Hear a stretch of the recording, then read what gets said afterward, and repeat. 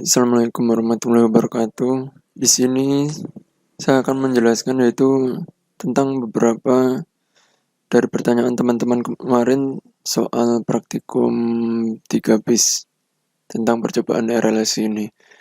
Nah, dari praktikum 3 bis ini kita akan membahas RLC. Nah, itu untuk tahap pertama kita belajar dulu untuk perhitungan manual orde 2. Setelah itu baru kita akan coba menggunakan MATLAB dan kita bandingkan. Nah, untuk perhitungan manual orde 2, di sini teman-teman bisa baca-baca untuk tambahan pengetahuan teman-teman. Nah, di sini nanti teman-teman bakal menemui yaitu untuk mencari nilai damping ratio. Nah, dari damping ratio ini untuk tambahan pengetahuan saja. Jadi ketika nilai damping ratio itu bervariasi teman-teman. Jadi misalkan nanti nilai damping rasionya antara 0 sampai 1 itu berarti dia underdamp.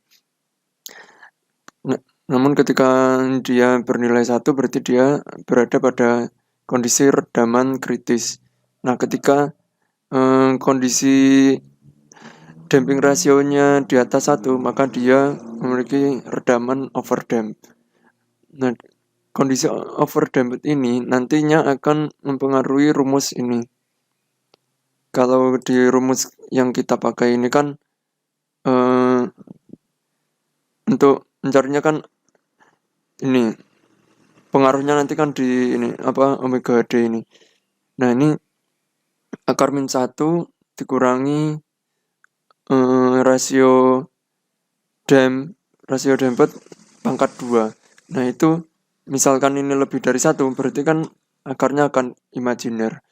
Nah, agar akar tersebut tidak imajiner maka menggunakan rumus seperti ini. Jadi rasio dampednya itu dipindah ke depan seperti ini.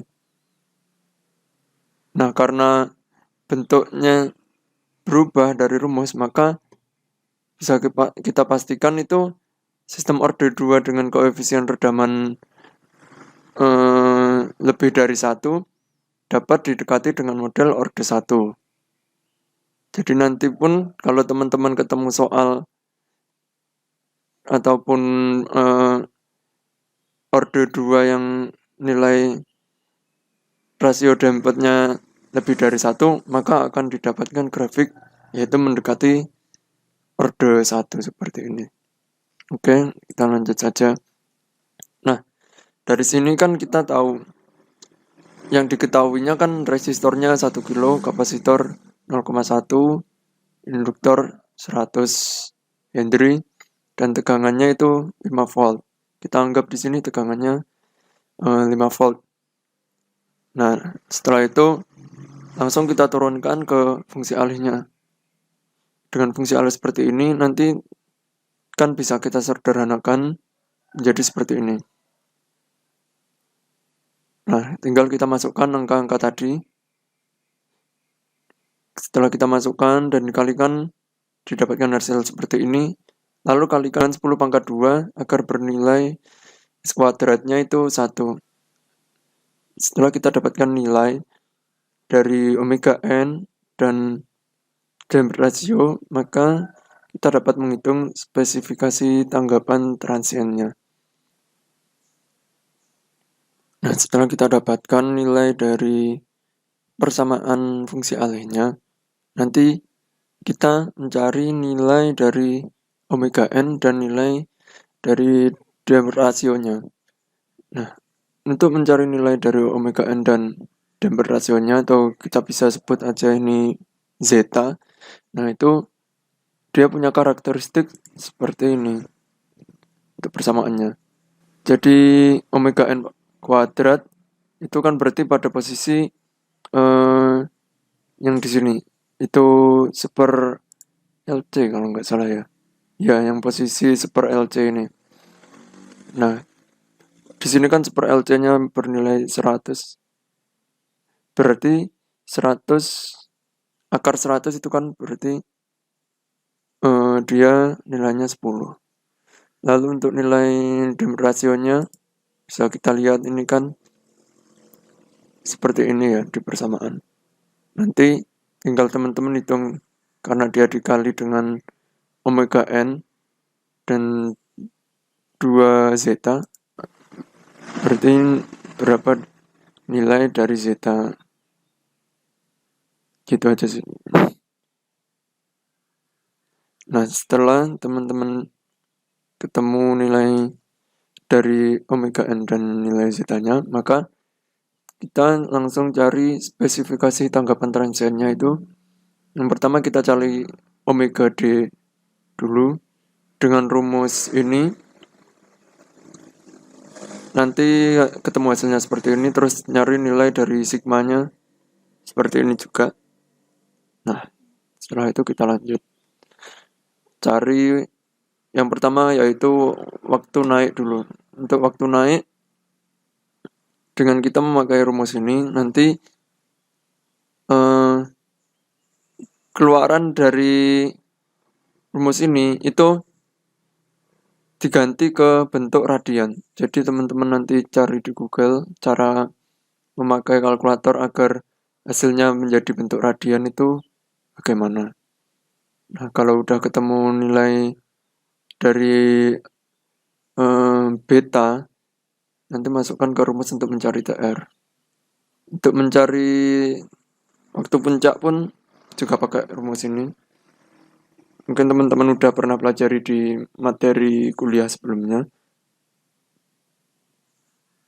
Nah, untuk mencari nilai overshoot maksimum itu teman-teman pakai kalkulator. Jadi di kalkulator itu kalian klik shift dulu, nanti baru diklik ln-nya itu. Nah, itu masukkan dari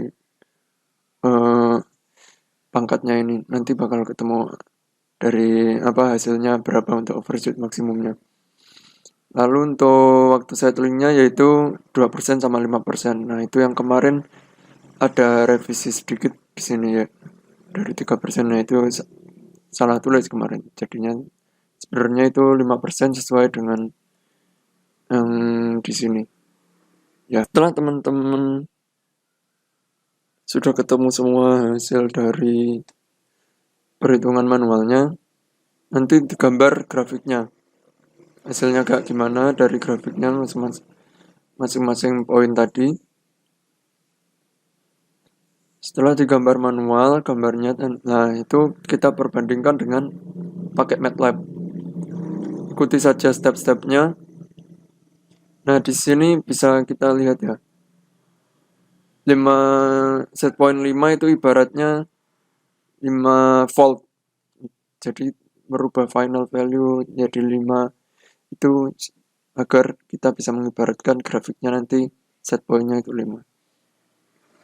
Untuk time samplingnya 10, ya udah pasti udah tahu teman-teman.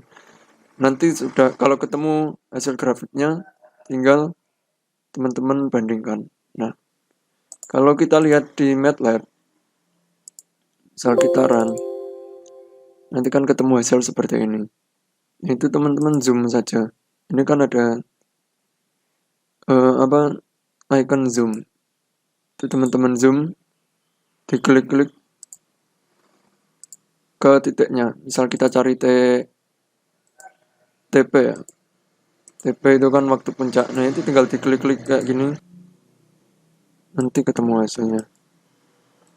Nah, bisa teman-teman kira-kira berarti ini kan titik puncaknya di sekitar 0,395 gitu. Terus misal nyari waktu misal 2%-nya, tinggal diklik-klik lagi di sini. Kayak zoom in-nya. Kayak ini. Nah, ini kalau udah gini kan kelihatan. Kalau ingin lebih akurat lagi, lebih presisi, bisa teman-teman pakai zoom x-axis atau zoom y-axis. Kalau x-axis berarti ke sumbu x-nya. Jadi kalian tarik ke sumbu x-nya. Nah, ini kan berarti titiknya di sini. 0,72 kayak gitu. Jadi gunakanlah tombol zoom in yang di sini ya untuk mencari dari masing-masing nilainya itu. Jadi ngamatinya itu gampang aja, yang sederhana aja. Ya gitu. Setelah itu kalian bikin perbandingannya kayak gini dari masing-masing eh, cara, yaitu yang hitung manual order 2 dan MATLAB. Setelah itu yang terutama beri analisanya itu kenapa misal ada perbedaan di sini antara manual order 2 dengan MATLAB, kenapa bisa ada perbedaan itu kenapa, dan analisa tentang grafik transient lainnya. Nah, kalau sudah, nanti teman-teman tinggal jalankan tugas ini.